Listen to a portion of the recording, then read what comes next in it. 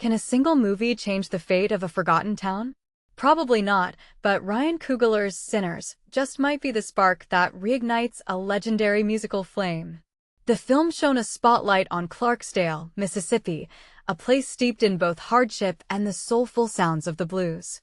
But here's the twist: Clarksdale isn't just a backdrop. It's the birthplace of a blues revolution, and Christone Kingfish Ingram is leading the charge. Founded in 1848, Clarksdale quickly became known as the Golden Buckle on the Cotton Belt. Sadly, this prosperity was built on the backs of enslaved Africans and their descendants, who toiled relentlessly in the cotton fields. The introduction of machinery in the 1960s dramatically reshaped the landscape, leading to economic hardship for many. Today, the city faces significant challenges. The median household income hovers around $35,210, and a staggering 40% of its residents live below the poverty line.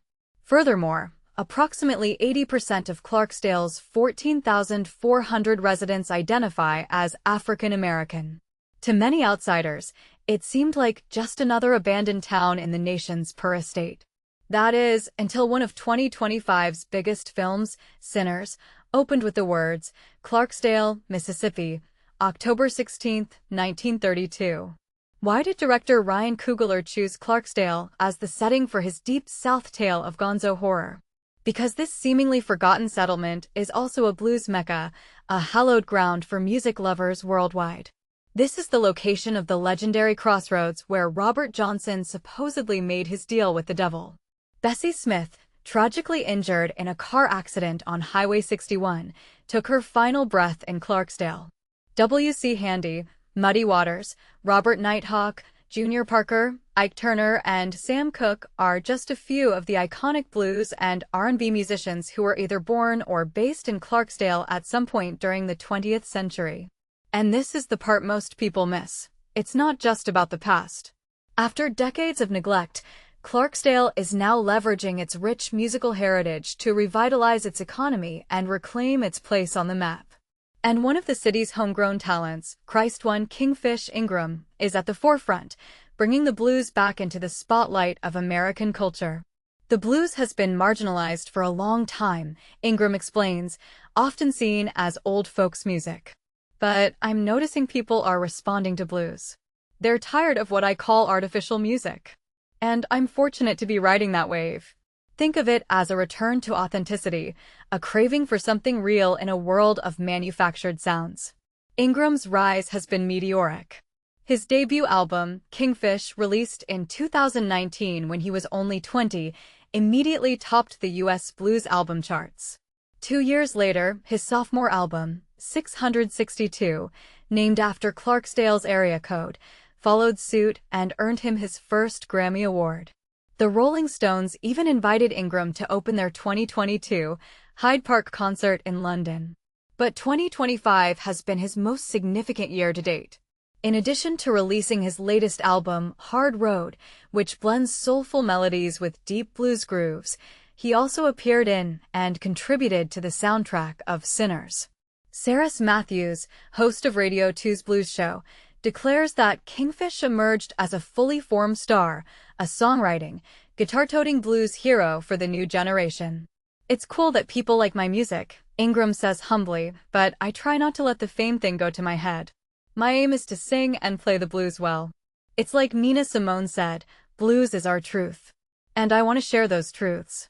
Shy and softly spoken, Ingram might not initially strike you as a rock star, but his music demands attention. He sings with the conviction of someone who's lived and breathed the blues, while his guitar playing masterfully blends elements of B.B. King's soulful blue notes, Jimi Hendrix's electrifying energy, and Prince's funky rhythms. "From an early age I loved singing, joining in making music in church," he recalls. "It came natural, like breathing." Ingram was born into a musical family.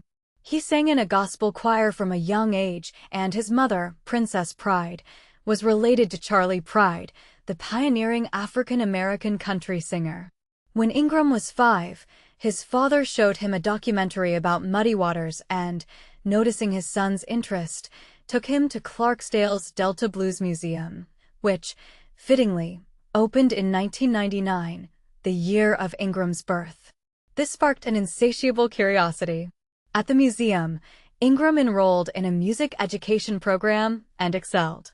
At age 14, the teenager, nicknamed Kingfish by an instructor at the Delta Blues Museum after a character from the 1950s sitcom Amos and Andy, was invited to the White House as part of a group of young Mississippi blues musicians. He even had the opportunity to play for Michelle Obama. "I got the same feeling from meeting her as I did when I met B.B. King," Ingram says, highlighting the profound impact these encounters had on him. Being based in Clarksdale proved advantageous for the young musician. Live music thrived as blues tourism increased, and Morgan Freeman, another Mississippi native, opened a blues club, Ground Zero, in the city. Not that life was easy. Ingram's parents' divorce left Princess, Christone, and his brother essentially homeless. "We were scuffling between cheap hotels, just trying to hold it together. It wasn't for that long, but when you don't have a home to go to, it feels like forever." These difficult times pushed Ingram to focus even more intently on his music. At school, however, his musical taste was considered unusual by his peers. Everyone was into rap and R&B, and while I didn't get bullied, they would ask me, "Do you really like that old music?" I'd tell them, "Yeah, I do. You should check it out." "Maybe they now are," he laughs, adding, "I learned a lot in church as a child. My mom's side of the family are all church people, and gospel is a great teacher." But here's where it gets controversial. Is gospel music inherently blues-influenced, or vice versa? It's a chicken-or-egg debate that sparks heated discussions among music historians. Local musicians, the elders at the Blues Museum, also encouraged him, and he became actively involved in the local music scene. "Bass was my first instrument, and I got work playing bass in bands when I was still a kid. I was learning in the clubs at night and learning other stuff in school during the day." Roger Stolley, a blues entrepreneur whose passion and vision have helped revitalize Clarksdale as a popular destination on the musical highway that stretches from Nashville to New Orleans, sees Kingfish as a continuation of a rich musical tradition. "The first time I saw Chris, he was 11 years old. There's this kid playing whatever the songs required like he was some old, experienced bluesman." Stolley adds, "I've got to give credit to Kingfish's mom, Princess. She got him to gigs on time, and was always at the door to the club or juke joint late at night, keeping trouble away from him. She was everything. The bodyguard, the manager, the handler," Ingram says of his mother, who tragically passed away at the age of 49 in 2019. "She left her son in good hands, securing professional management and a record deal with Alligator Records, the premier U.S. blues label." Bruce Iglauer, Alligator's founder, recalls first seeing a 14-year-old Ingram at a Mississippi blues festival and thinking he overplayed, like young guys often do. However, when Ingram performed at the Chicago Blues Festival 4 years later, Iglauer had a change of heart. "It was an amazing performance," he remembers. "He knew the right notes to play to impact the audience and tell the story. If I closed my eyes, I wasn't hearing a teenager, I was hearing a very mature musician." Indeed, Ingram seems to possess a wisdom beyond his years.